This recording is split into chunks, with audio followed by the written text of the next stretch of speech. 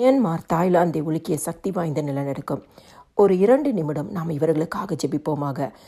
Myanmar வடகிழக்கு நகரமாகிய சஹாயிங்கில் 14 kilometre தொலைவில் சக்தி வாய்ந்த நிலநடுக்கம் ஏற்பட்டு உள்ளது. பல கட்டிடங்கள் சரிந்து விழுந்து உள்ளன. மக்கள் வீடுகளை விட்டு வெளியேறி தெருக்களில் தஞ்சம் புகுந்தனர். தாய்லாந்திலும் இதன் பாதிப்பு இருக்கிறது. ஒரு மசூதி விழுந்து 20 பேர் இறந்து உள்ளார்கள் என்று செய்தியும் வந்து உள்ளது. ஒரு 30 அடுக்கு மாடி, அது முடிக்க முடியாத கட்டடம். 50 கட்டுமான பணியாளர்கள் அதற்குள்ளே இருந்ததாகவும் 43 பேர் இடிபாடுகள் சிக்கி உள்ளதாகவும் தகவல் வந்துள்ளன.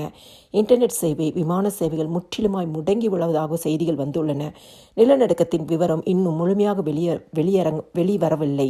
பாதிக்கப்பட்ட இடத்துல மீட்பு குழுவினர் களமிறங்கி உள்ளார்கள். கவர்மெண்ட் எல்லா உதவிகளும் செய்வதாக உடனே அறிவித்துள்ளது.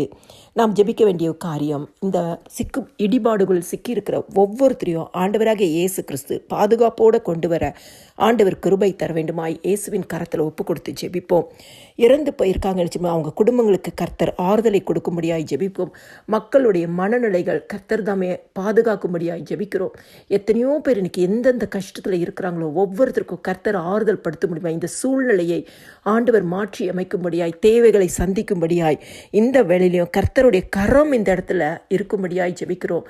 மீட்பு குழுவுக்கு நல்ல ஞானத்தை கொடுக்கும்படியாய், கர்த்தருடைய ஆளுகை இந்த இடத்துல இருக்கும்படியாய், கர்த்தருடைய கரம் இருக்கும்படியாய், கர்த்தருடைய பாதுகாப்பு இருக்கும்படியாய், கர்த்தர் இந்த தேசத்தை பாதுகாத்து கொள்ளும்படியாய், ஜனங்களை பாதுகாத்து கொள்ளும்படியாய் நாம் ஜெபிக்கும் பொழுது கர்த்தர் நிச்சயமாகவே இந்த சூழ்நிலையை மாற்றுவார். மியான்மரையும் தாய்லாந்தையும் கர்த்தர் ஆசீர்வதிப்பார். எல்லா துதியும் கனமும் மகிமையும் ஸ்தோத்திரமும் என் ஆண்டவராகிய இயேசு கிறிஸ்து ஒருவருக்கே செலுத்துகிறேன். ஆமேன்.